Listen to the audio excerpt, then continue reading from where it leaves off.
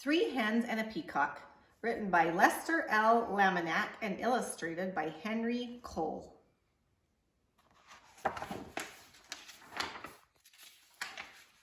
Things were quiet on the Tuckers' farm. The cows chewed their cud, the hens clucked and pecked and laid their eggs. The old hound stretched out on the porch, watching and listening. Once in a while, someone would stop by to buy tomatoes or corn, perhaps a quart of milk. Nothing unusual happened there until...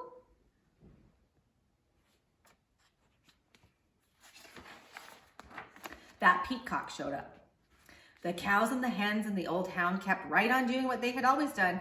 But that Peacock had never lived on a farm. He had no idea what to do. So he spread his fancy feathers and set to shrieking.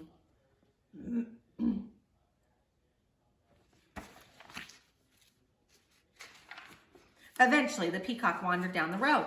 When cars whizzed by, he shook his feathers and cried out in his loudest voice. Of course, folks stopped for a closer look.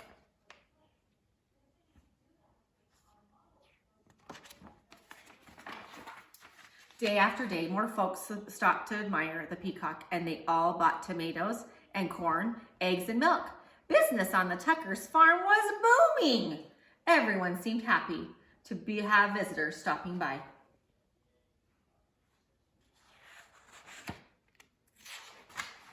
But trouble was brewing in the hen house. The hens were squawking and clucking and flapping their wings. We do all the work around here. I'd like to see that Peacock lay one single egg.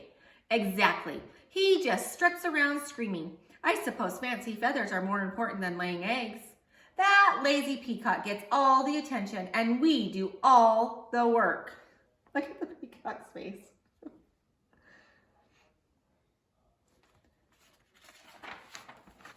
The Peacock had heard every word.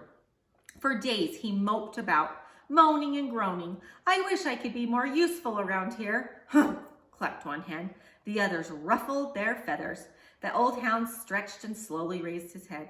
Why not let the Peacock stay here to be useful while you hens take the glamorous job down the road?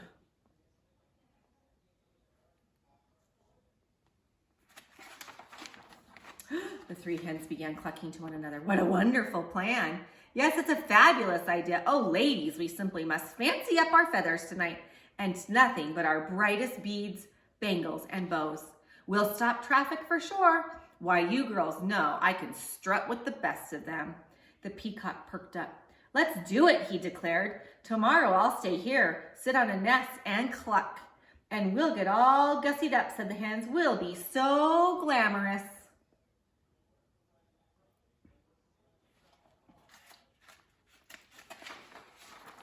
At sunrise the next morning, the hens strutted down to the road. The Peacock marched right to the hen house and poked his head inside.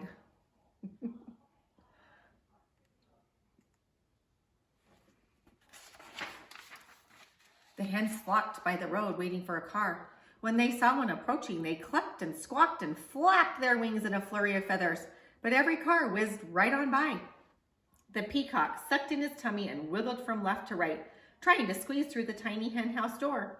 His front half was in, his back half was out.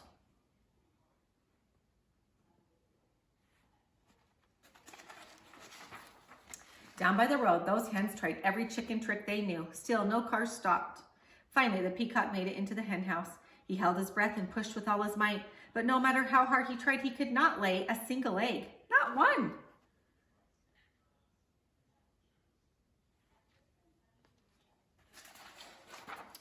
The old hound stretched out on the porch, watching and listening. What's that Peacock doing in the hen house? Asked Farmer Tucker. Who knows, said Mrs. Tucker. And what are those hens doing down by the road? Not a one of them is up here laying eggs. Well, the way things are going, we aren't likely to have anyone buying eggs today, said Farmer Tucker. We need that Peacock down there stopping cars.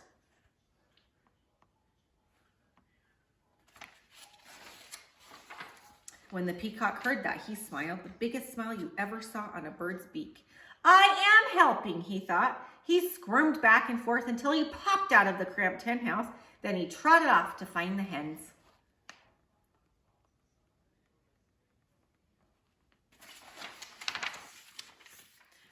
The exhausted hens were all clucked out. Every feather was out of place. What a day. We couldn't get one car to stop. It's true. Why, most of them didn't even slow down.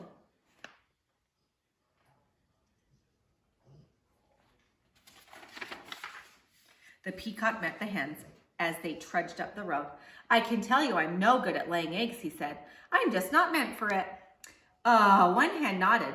I put on my stellar strut and even I couldn't stop a single car, she said. I have to hand it to you, Fancy. Feathers, your job is harder than it looks.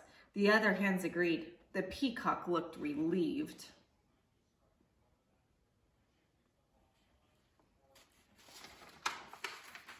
So the hens marched back to the hen house. The peacock strutted down to the road.